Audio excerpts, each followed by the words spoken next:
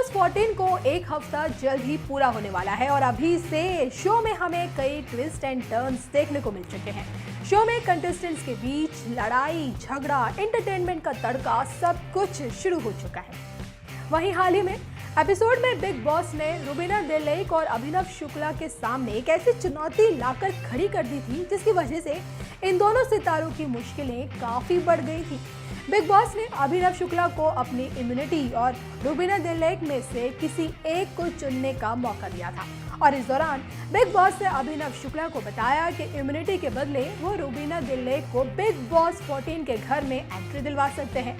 सभी जानते हैं कि रुबीना घर के बाहर ही रह रही है, यानी वो रिजेक्टेड फ्रेशर्स थी और बाकी सभी फ्रेशर्स घर के अंदर कदम रख चुके हैं, लेकिन रुबीना अकेली रह गई है। और बिग बॉस की ये बात सुनकर पहले तो अभिनव शुक्ला काफी परेशान हो गए, लेकिन बाद में उन्होंने बिना देर किए रुबीना दिलैक की जगह अपनी इम्यूनिटी को चुना। जी हाँ, हर कोई अभिनव शुक्ला के इस फैसले से हैरान रह गया क्योंकि वहां मौजूद कंटेस्टेंट्स को भी लगा था कि वो रुबीना को बचाएंगे। कुछ लोग तो इस फैसले के लिए अभिनव शुक्ला को खरी खोटी भी सुनाने अब लग चुके हैं, तो कुछ लोग उनके इस फैसले को बिल्कुल सही बता रहे हैं। I totally support Abhinav का decision.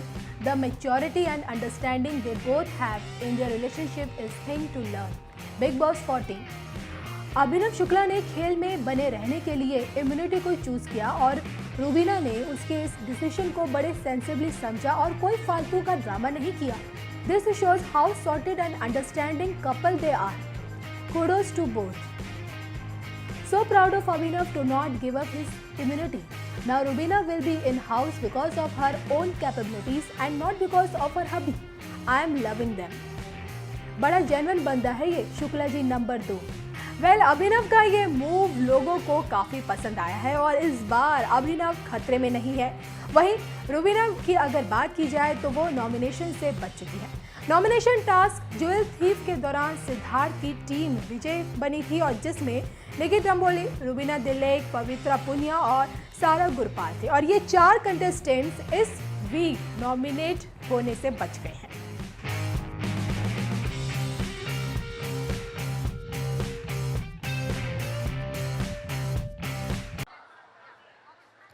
Yeah, so the people who convinced me are Sheetal and Manisha, and also the show itself.